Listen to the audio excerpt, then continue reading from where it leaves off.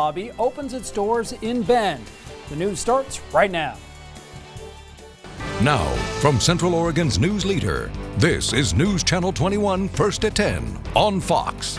Good evening, everyone. I'm Matt McDonald. It's a case that pitted women's rights groups against an employer's religious rights. Hobby Lobby won, sparking protests against the national chain.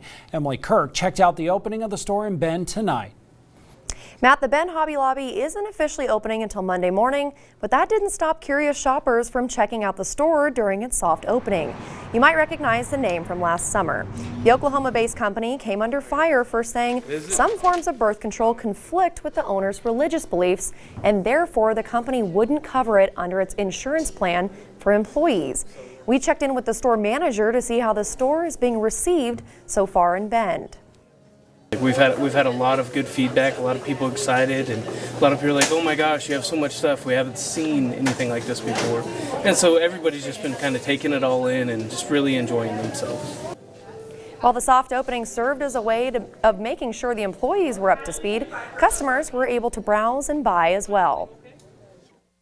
I was surprised because it seems bigger. We don't have, in the Hobby Lobby in Georgia, we don't have an extra room, and this is much bigger. This is just overwhelming, just absolutely overwhelming. It's wonderful, and again, it's something that Bend has needed for a really long time.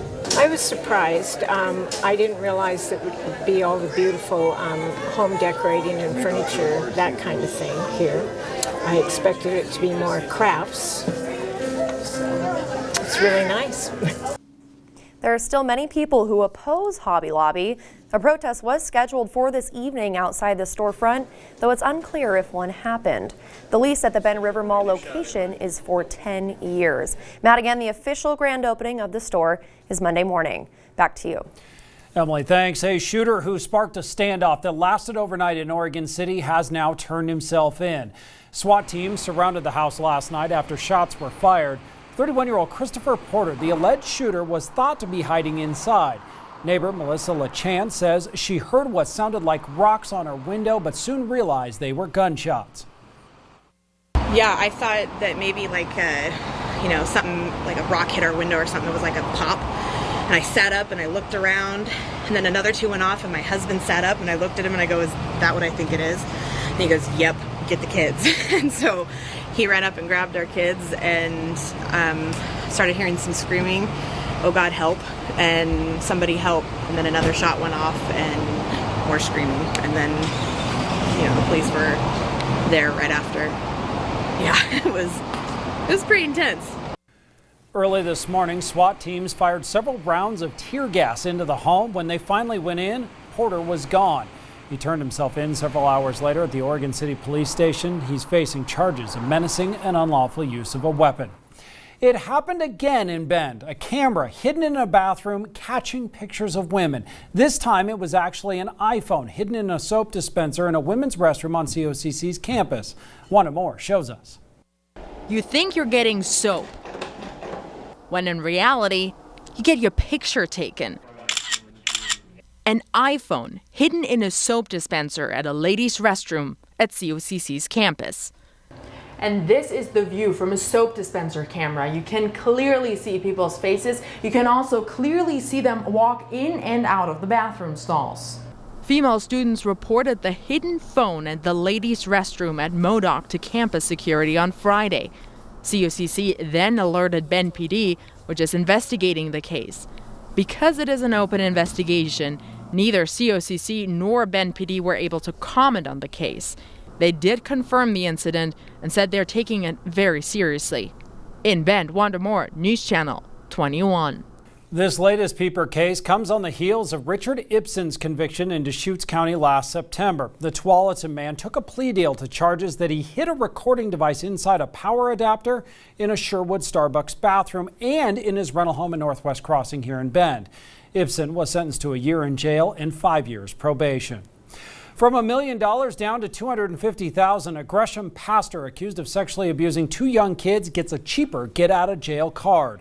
Judge Beth Bagley lowered the bail for 42-year-old James Worley. He's the lead pastor at Powell Valley Church, and police worry there could be other victims. Worley faces 37 charges, including rape. He is expected to enter a plea next week. Drivers on Interstate 5 in Douglas County and other southern Oregon highways will soon have access to better information about road conditions. New cameras and weather stations are being connected to the Oregon Department of Transportation's website, TripCheck. The system also allows maintenance crews to monitor road conditions and to respond quickly.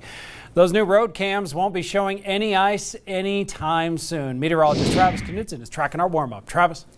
Well, Matt, we are going to see 60s this weekend, and temperatures outside right now pretty warm, and we will remain above freezing overnight tonight. In the past few hours, the cloud cover we had all day long is clearing out, and tomorrow morning we'll wake up to some sunshine. 41 degrees, the current temperature in Bend right now. Prineville at a temperature of 43, down at freezing in Lapine, but warmer farther to the north you go.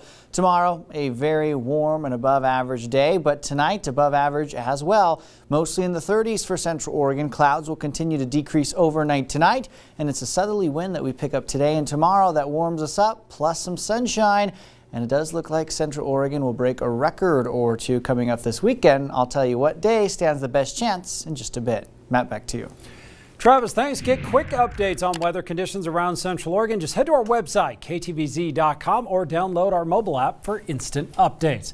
The lack of snow is pushing back a popular community event. The Great Nordine Cross Country Ski and Fat Tire Bike Race is now set for March 14th. It had been planned for next Saturday, but there just isn't enough snow.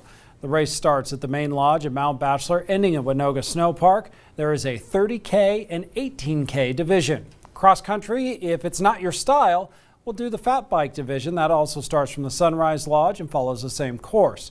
Transportation back up to the lodge is provided.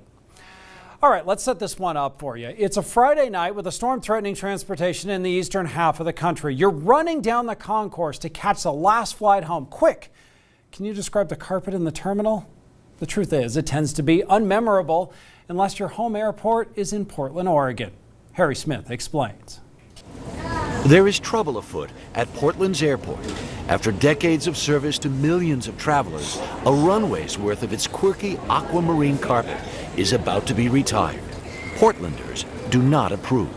It's a little bit heartbreaking. The reaction mystified airport authorities. We were absolutely surprised.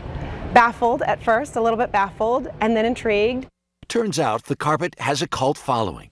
Suddenly it had its own Instagram hashtag, 30,000 selfies or footsies showing love for the rug. There are t-shirts and keychains. The carpet even has its own brew. Weird? Perhaps, but Portlanders are proudly wired that way. You know you're home when you see the carpet. Yeah. Now I'm going to be confused when I don't see the carpet. You won't know where you are. I don't know where I am. Yeah, I'll probably just get on another plane and go somewhere else. Did you freak out when you heard they were going to tear the carpet out? I was super duper bummed. So bummed was 21-year-old Emma Milken. She did this. I decided to get it imprinted on my body forevermore. It hurt, she says, but it was worth it. Feelings about the flooring run deep here. So deep that Michelle Bernstein surprised her husband Phil with a one-of-a-kind birthday present. They made a special trip to the airport this week just so Phil could get a selfie before the carpet's gone. How does it feel to have your new shoes on the carpet? Overwhelming. Happy birthday, honey. Thank you. In any other city, this would not be a story. Portland's, shall we say, specialness has been well chronicled in the TV series Portlandia that extends to their beloved and unique airport carpet, which starting today is being retired, all 13 acres of it. A whale of a problem in Seattle stuck underneath a popular pier. How crews freed the giant carcass of a dead gray whale. The massive storm that brought a foot of snow to Texas is now heading north and only growing in size.